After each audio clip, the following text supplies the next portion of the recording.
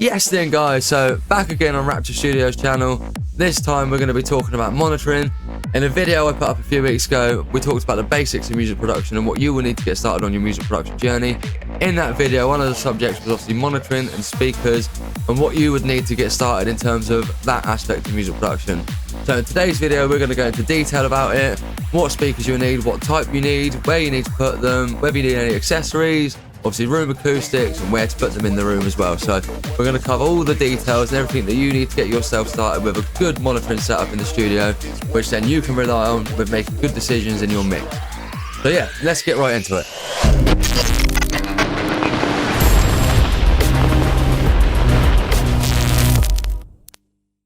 Let's get down to the basics with music studio speakers, or monitors, whatever you want to call them. So they're a critical part of the music studio. It obviously gets overlooked by a lot of newcomer producers, and a lot of producers just think they can just get a set of speakers, whack them anywhere and just crack on with making music. Obviously, in retrospect you can. All you need is a laptop and a set of headphones, but obviously when it comes down to actually getting some monitors, then you do really need to think about your setup, where you put them, and obviously lots of other aspects of it. So before we jump into actually looking at monitors and what types you need and where you need to put them, they are a lot different to normal speakers in the sense that they are designed to give you a flat response across the frequency spectrum.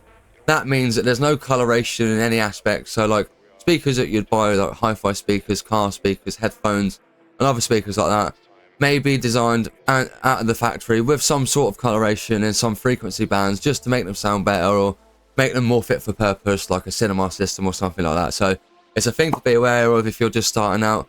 Obviously, I started out with a hi-fi system. I do not recommend this after learning what I've learned over the years. Obviously, when I started, I was a complete noob. But if I can help anyone, and anyone starting out, then all I can recommend is you get a good set of monitors if you are going to do it. If you're going to use headphones, then you need to get a good set of headphones. But obviously, talk about that later in the video as well.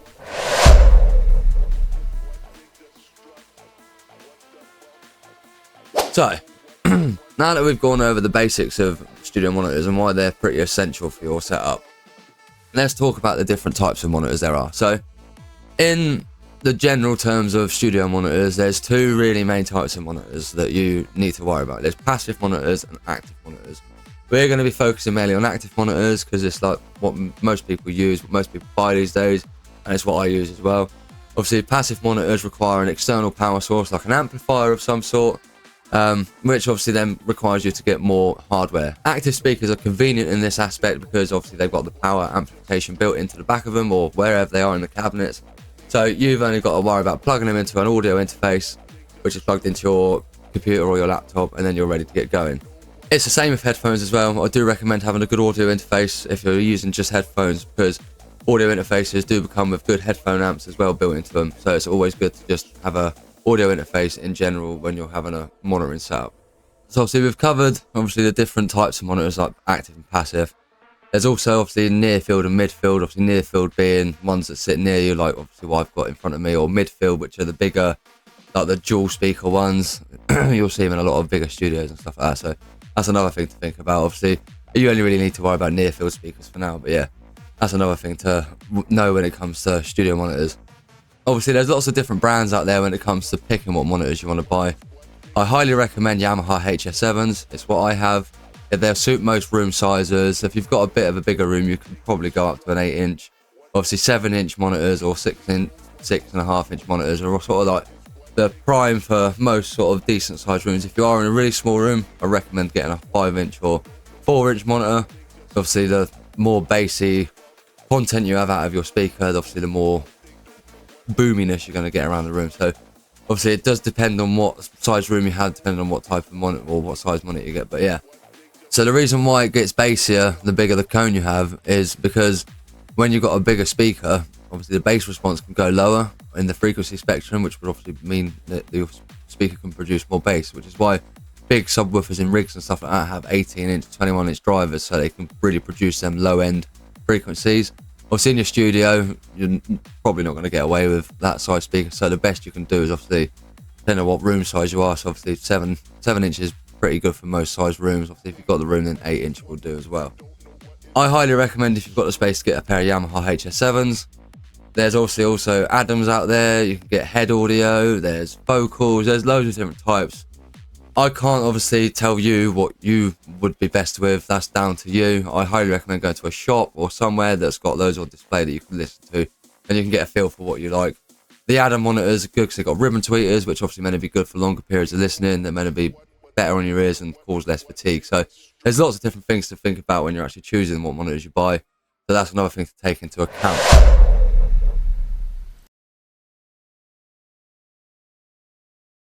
Now, let's get down into the nitty-gritty of where you set up your monitors. So this is a thing I think gets overlooked quite a lot when setting up your speakers. One of the general rules I find to take into account when you're setting up your monitors is to make sure that they form an equilateral triangle formation between you and where they are placed on the desk in front of you. So, for example, say I'm sat here and then I've got one monitor here and one monitor here in front of me. The distance between them on the desk has to be equal to where you're sat here and where you're sat here. So that triangle is literally equal on all sides. So that's the sort of formation you want to be following when you're setting up your monitors. I highly recommend elevating the monitors off your desk as well.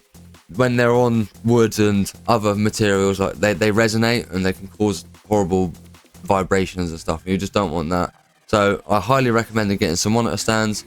I'll put some pictures up and show you some videos and stuff throughout the video of things that I've done with my setup, and obviously when it comes to the room acoustics as well. Yeah, so I've got my monitors on some cheap stands from some internet site. I can't remember where I got them from, but I think they were like 30 quid. And then I've got the monitors set on a foam pad, which is then angling the monitors so they're pointing down to obviously where they're now elevated up.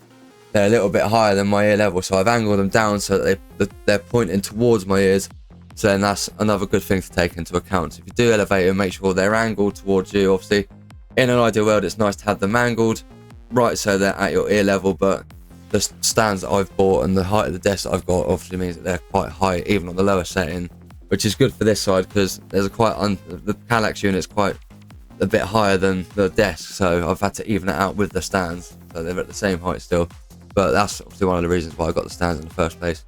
And then yeah, some sort of isolation between the stand and then your monitor. So like the foam pad, like I said, I've got, which is angling them down. And then that will give you a good basis, which will stop most horrible vibrations and stuff, and it will give you a nice clean sound when you're listening to your music.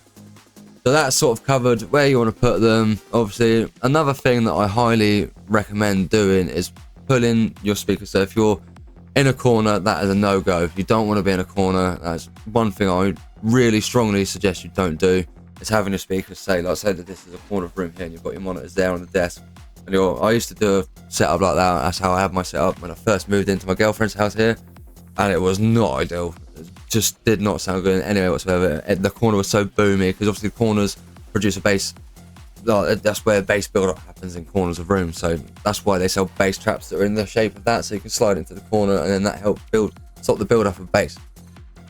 So yeah, obviously we'll talk about that more in detail when we go to the room acoustics. But yeah, if you can get them away from the wall, obviously a lot of monitors do have front-facing ports, which is obviously where the air, obviously because of the air pressure of the speaker, obviously breathing in and out air, so it needs a hole.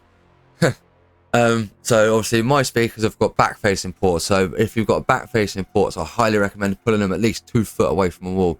I wouldn't have been able to do that because I just haven't got the room here. So I've got about 1.5 foot, which is just about okay because I've got obviously panels behind each monitor as well, which is helping a little bit. So yeah, highly recommend pulling them away from the wall, not being in a corner, sort of being in the center of the room if you can. Obviously I've not been able to do that, so I've made it the center of the bit I've got basically. Obviously then I've made it kind of a lot better with the room acoustics I've done, but yeah, like I said, we'll talk about that in a minute. But yeah, so equilateral triangle formation, make sure they're angled towards your ears at the right angle. If you've got them elevated, obviously elevate them off the desk as well. Some isolation pads between the stand and the monitor itself. Obviously if you can't get stands or just not in the position to be able to do that, then obviously at least some sort of isolation between the desk. Obviously I think when I first moved in there I had them on some massive dictionaries. I'll put an example up. That obviously was helpful because it's paper and it's quite absorbent. So another thing I wanted to talk about quickly is calibrating your speakers and your setup. There's many different ways you can do this. Obviously you can get a microphone. I think it's called SonarWorks. Obviously you can put the microphone, it will calibrate your system automatically and it will tell you what you need to do, and it will preset frequency spectrum cuts and boost where it needs it to make up for your room setup. So you can do it that way. Obviously, a lot of speakers themselves do come with switches on the back or on wherever the control panel is, with room control switches, so you can boost or cut certain frequency bands to obviously help with the room control as well. So that's another thing to take into account when you are setting up your monitors.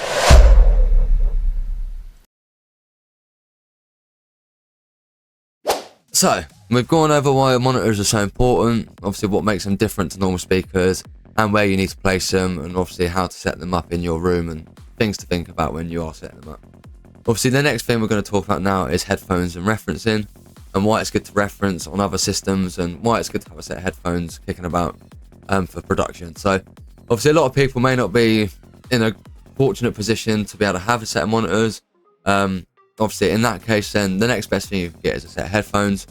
Obviously, if you do have monitors, I highly recommend having a set of headphones as well for referencing, or just when you need to be quiet, or you've got YouTube videos to do like myself. And obviously, it's nice to have a set of headphones kicking around the studio if you do have monitors. It's nice to listen to your tracks once you've produced them on your set of monitors, to then listen to them on a set of headphones, and then obviously listen to it on other systems as well. You know what I mean? Get it in the car, do the car test, get it on a crappy pair of headphones. I mean, you've got to try it on everything. You've got to take it as far as you can, check it on as many systems, and get a good idea for what it sounds like everywhere. Because obviously your monitors are good, and they'll give you a good reference as to what it sounds like in a ideal world and at a flat response level, which obviously should give you a good product over all systems. But it is always worth checking just in case, because like some studio monitors can't go as low as some systems, like in your car. Like my Audi's got a built-in sub, so that obviously can go a lot lower than say my speakers can. So it's nice to check these things on other systems just to make sure there's not things you've missed, or obviously where your studio monitors can't go as low, you're not missing bass frequencies that are sounding muddy and things like that. So it's always worth referencing on other systems and checking on as many systems as you can.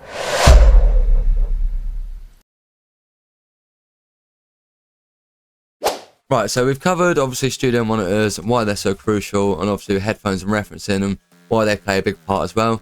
If you produce on headphones, then this part doesn't really affect you, but if you're using studio monitors, or you're buying studio monitors and about to set them up, then this does apply to you, and it is very important, and also overlooked by a lot of producers when they're setting up their studio monitors, and that is room acoustics.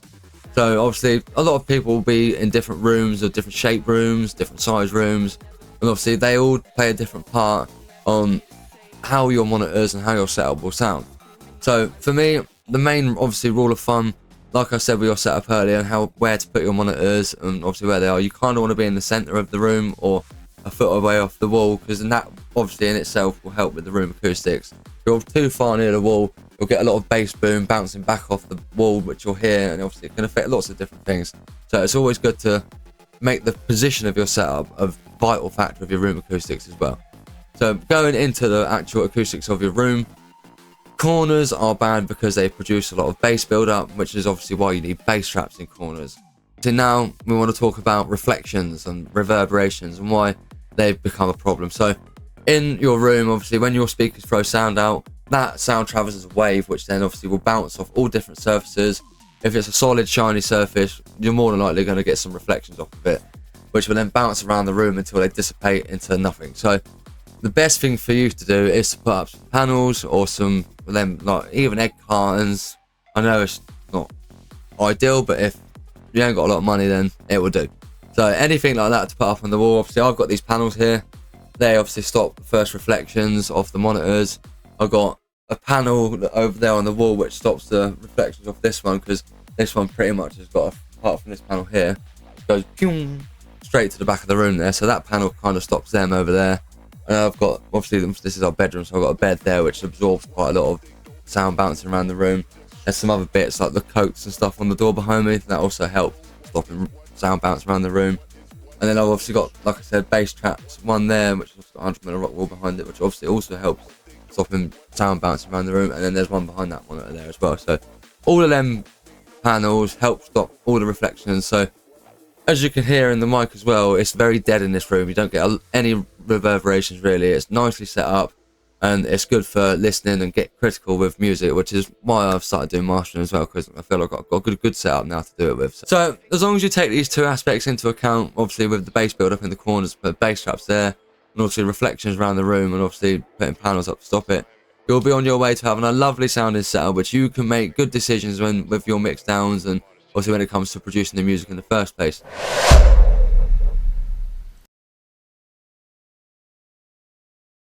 So yeah, in conclusion, obviously investing time into your setup and your studio monitors, where you put them, and obviously headphones, referencing, and your room acoustics will play a big part in how you produce music. It made a massive difference for me when I bought my monitors and set them up all properly. Obviously, I've done each thing at a different phase of my music production journey. Obviously, getting the monitors was the first thing I'd done. Obviously, didn't really know much about them at the time. So obviously, as I've grown and learnt more things, obviously I've adjusted, and that's now why I've now got the setup I've got now with the monitors and an equal triangle angled down on stand, so they're elevated off the desk, so it stops all the resonant frequencies.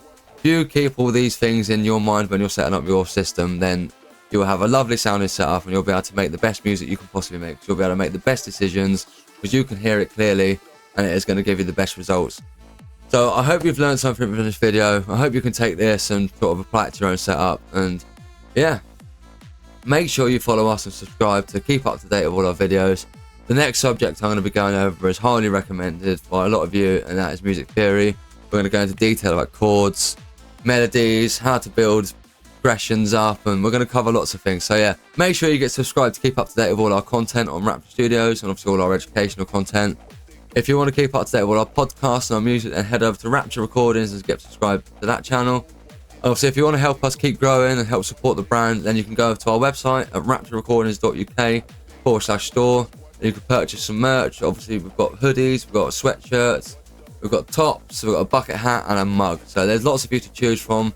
Each top, sweatshirt and hoodie has a different design and a different colour you can pick from as well.